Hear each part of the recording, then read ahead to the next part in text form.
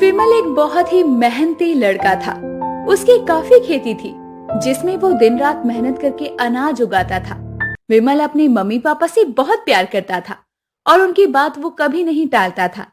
एक दिन जब दोपहर को विमल खाना खाने आया, उसी समय उसका रिश्तेदार श्यामलाल आता है। नमस्ते। तुम सब तो हमें भूल ही गए थे, तो हमने सोचा कि हम ही याद दिला देते हैं। अरे नहीं भैया, हम थोड़ी ना भूलेंगे आपको। विमला, तुम्हारे लिए खुशखबरी लेकर आया हूं। एक बहुत ही होनहार लड़की का रिश्ता आया है अपने विमल के लिए। अरे भैया, हमारा विमल तो कुछ करता नहीं है। आखिर कौन अपनी बिटिया देई?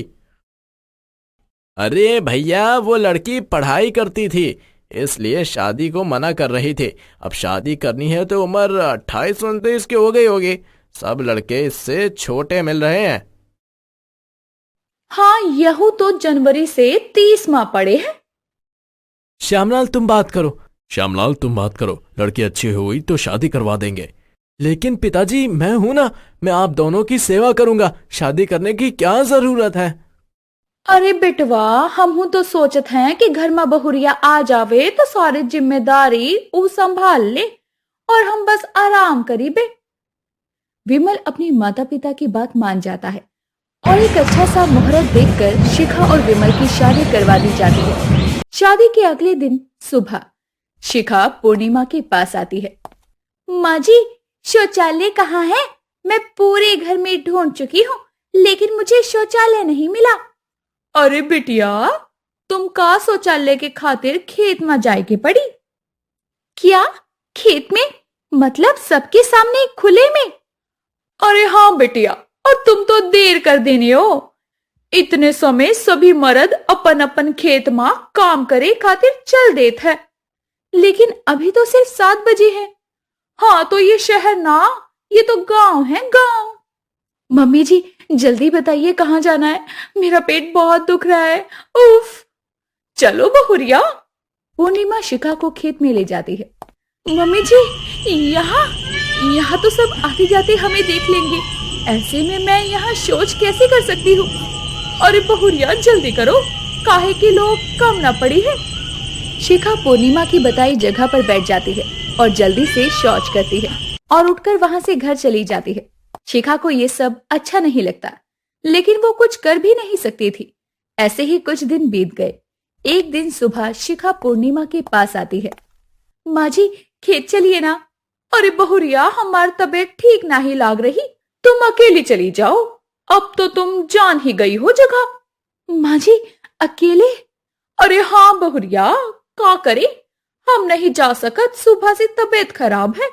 विमल दवाई लेने गया है, जल्दी आकर खाना बना देना, कुछ हो खाकर दवाई खा ले। जी मम्मी जी।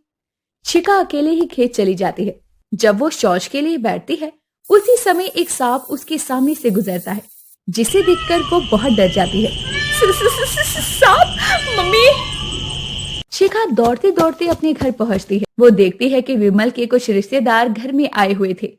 सभी लोग शिखा की तरफ देखते हैं। उसके बाल खुले थे, सर पर पल्लू नहीं था और वो काफी डरी हुई थी। अरे हाय चाची, आपकी बहू तो बड़ी बेशरम है। शादी हुए अभी 4 दिन भी नहीं हुए और अपना रंग दिखा दी। अरे हमें तो पहले से ही पता था, इतनी पढ़ी लिखी लड़की को घर लाओगे तो वो कहाँ काबू में आने वाली है। अरे बहुरिया, ये क्या हुलिया बनाई हो? तुम्हारे ससुर जेठ सब सामने बैठे हैं और तुम्हारे सिर पर पल्लू नहीं है, तुम हमारी इज्जत मिट्टी में मिला दी। शिखा, पल्लू डालो सर पे। आप सब किस मर्यादा और इज्जत के बारे में बातें कर रहे हैं? आप लोगों ने अपनी इज्जत और मर्यादा तभी गवा दी थी जब अपने घर की नई नवेली बहू को शौच के लिए बाहर भेजा था। सर पर पल्लू डालने से आप लोगों की इज्जत और दबदबा बरकरार रहता है, लेकिन आप लोगों ने सोचा है कि आप अपनी नई नवेली बहू को बाहर शौच के लिए भेज रहे हैं। अगर उसके साथ कुछ ऊंच नीच हो जाए, फिर आप क्या करोगी? मैं आज और अभी अपने घर जा रही हूँ और जब तक यहाँ शौचालय नहीं बनेगा, मैं इस घर में कदम नहीं रखूंगी। विमल जी, अगर आपको अभी भी यही लगता है कि मैं गलत बोल रही हूँ, तो तलाक के पेपर मेरे घर भिजवा देना। शिखा अपना सामान पैक करती है और अपनी मायके चली जाती है। विमल के जो रिश्तेदार आए थे वो भी वहां से चले जाते हैं। कोई कुछ बोलने की हालत में नहीं था। ऐसे ही कुछ दिन बीत गए। फसल अच्छी हुई थी।